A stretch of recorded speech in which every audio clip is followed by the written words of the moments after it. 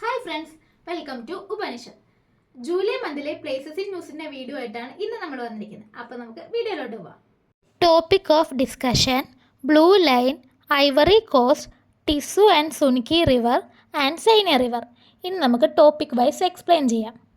First topic is blue line. ലെബനനും ഇസ്രായേലും അയൽ രാജ്യങ്ങളാണ്.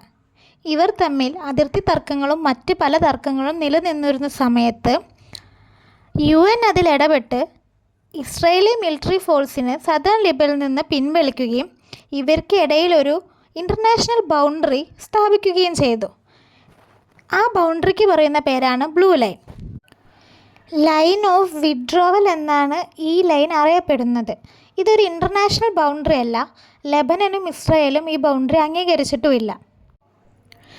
120 കിലോമീറ്ററോളം നീണ്ടു കിടക്കുന്നതാണ് ബ്ലൂ ലൈൻ.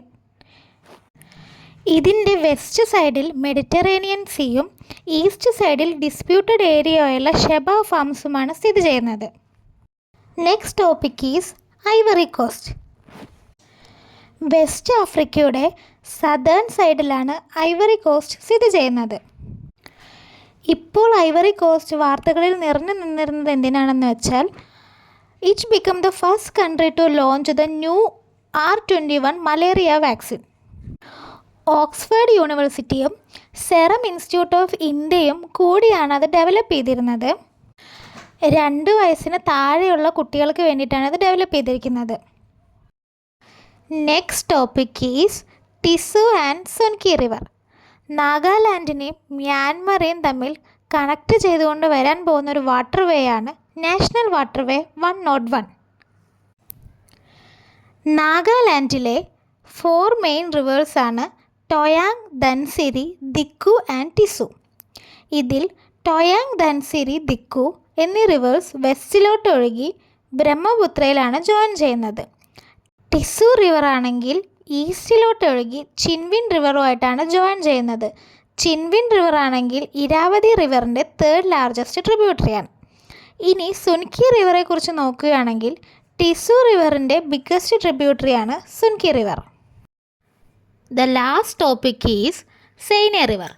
2024 പാരീസ് ഒളിമ്പിക്സിൽ സ്വിമ്മിംഗ് ഇവൻറ്റ് നടത്താൻ തീരുമാനിച്ചിരുന്നത് ഫ്രാൻസിലെ സൈന റിവറിലായിരുന്നു. പിന്നീട് ഇത് പോസ്റ്റ്പോൺ ചെയ്യുകയാണ് ഉണ്ടായത്. കാരണം എന്തെന്ന് വെച്ചാൽ, സൈന റിവറിൻ്റെ വാട്ടർ ക്വാളിറ്റിയിൽ ഉണ്ടായിരുന്ന കൺസേൺ കാരണമാണ് അത് പോസ്റ്റ്പോൺ ചെയ്തത്. സൈന റിവർ ഫ്രാൻസിലെ 2nd ലോങ്ങസ്റ്റ് റിവറാണ് ആഫ്റ്റർ ദ ലോയിറെ. ഈ റിവർ പാരീസിലൂടെ 13 കിലോമീറ്റർ വെസ്റ്റ് ടു ഈസ്റ്റാണ് ഒഴുകുന്നത്. ശേഷം ഇംഗ്ലീഷ് ചാനലിൽ ചെന്ന് ഡിസ്ചാർജ് ചെയ്യും. അപ്പോൾ വീഡിയോ എല്ലാവർക്കും യൂസ്ഫുൾ ആയെന്ന് വിചാരിക്കുന്നു. അടുത്ത വീഡിയോയിൽ കാണുന്നവരെ നന്ദി, നമസ്കാരം.